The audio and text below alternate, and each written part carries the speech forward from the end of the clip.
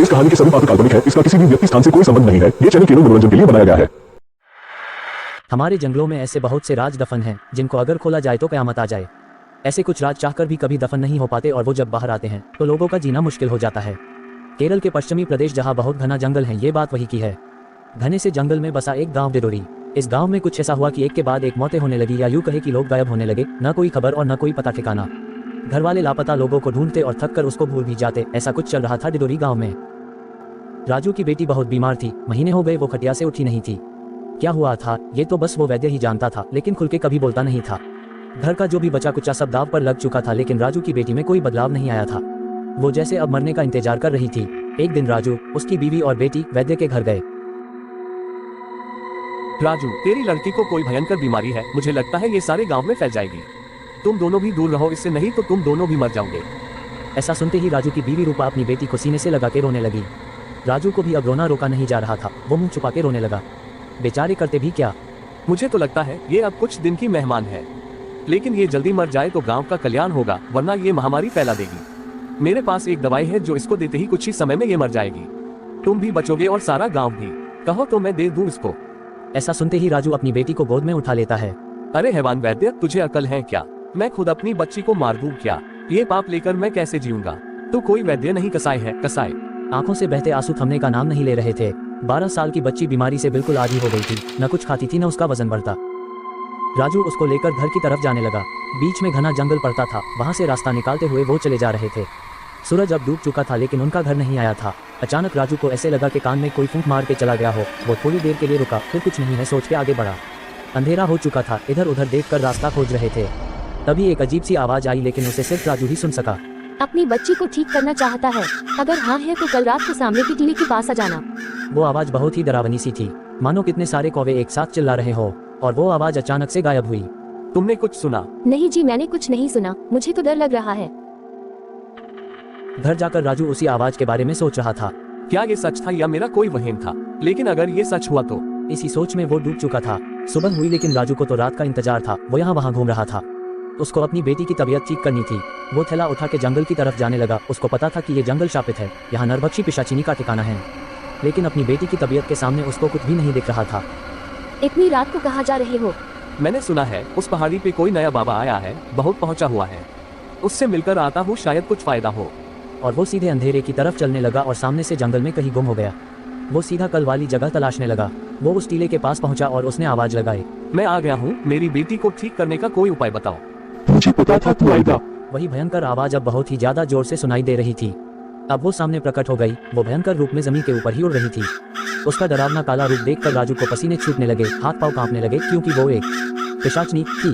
तू डर मत, मैं तेरी बेटी को ठीक कर दूंगी, लेकिन मेरा एक काम है वो तुझे करना होगा। दोनों मंजूर है तो मैं आगे बोलूंगी। अगर मेरी बच्ची ठीक हो जाए तो मैं सब कुछ करने को तैयार हूँ। पर यहाँ एक बकरे की बलि देनी होगी। तू उसको मारेगा और यहाँ जमीन में डाल के चला जाएगा। इतना तुझे करना है, तेरी बच्ची ठीक हो जाएगी। बस इतनी सी बात है, मैं करूँगा। राजू वहाँ से भागता हुआ घर पहुँचता है और दूसरी रात को सबके सो जाने के बाद घर का एक बकरा अपने कंधे पे लाद के जंगल में चला जाता है। वहाँ जाकर उस बकरे की बलि देकर गड्ढे में दफन कर घर चला जाता है। यहाँ घर पहुँचते ही देखकर चौंक जाता है। उसको अपनी आंखों पर यकीन नहीं होता। उसकी बेटी उठकर खाना खा रही होती है। वो ये देखकर खुशी से झूम उठता है। सुबह फिर से राजू उस जंगल में जाकर उस पिशाचिनी का शुक्रिया करने का सोचता है। वहाँ पहुँचते ही वो पिशाचिनी एकदम से प्रकट होती है। भयंकर मांस के सड़ने की गंध और कौवों का चिल्लाना। आ गया तू, मैंने अपना काम कर दिया, लेकिन अभी अमावस्या को मुझे एक और बलि चाहिए, यही कर। लेकिन इस बार इंसान की। मैं इंसान को नहीं मार सकता, मुझे माफ कर दो। मेरी बेटी को छोड़ दो, जैसा तुमने बोला वैसा मैंने किया। सुन राजू, तेरी लड़की मेरी वजह से ठीक हुई है। अगर तू मुझे बलि लाकर नहीं देता है तो मैं तुझे मार दूंगी, या फिर तेरी बच्ची को बलि तो तुझे देनी ही होगी, सोच ले।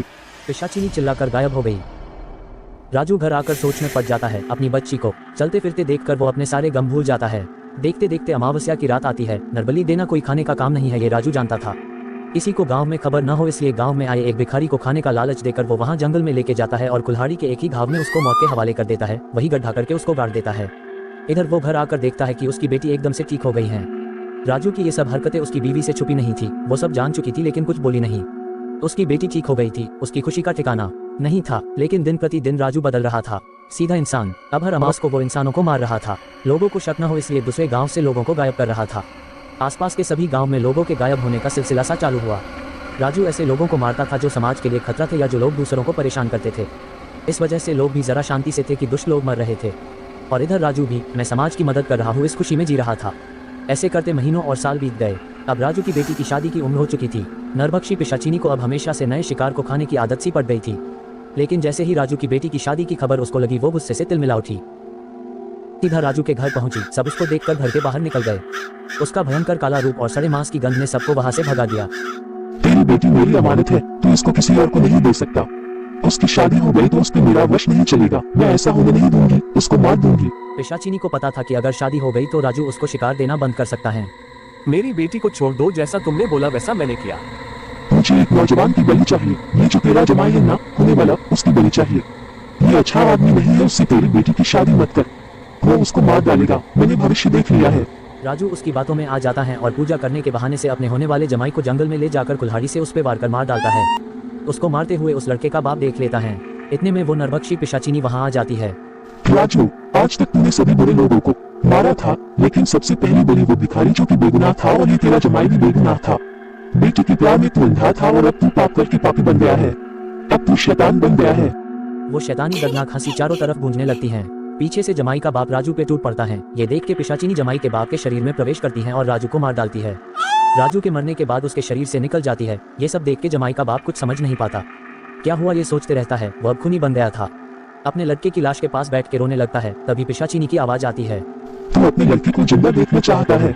अगर हाँ, तो राजू की लाश को गड्ढे में डाल के दफन कर दे और मुझे हर अमावस की रात को एक इंसान की बलि लाकर दो। अगर मंजूर है तो बोलो। लड़के का बाप मजबूर हो जाता है। सामने लड़के को मरा देखकर पिशाचिनी को हाँ कहता है। उसके हाँ कहते ही लड़का जिंदा हो उठता है और ये सिलसिला यूं ही चलता रहता है।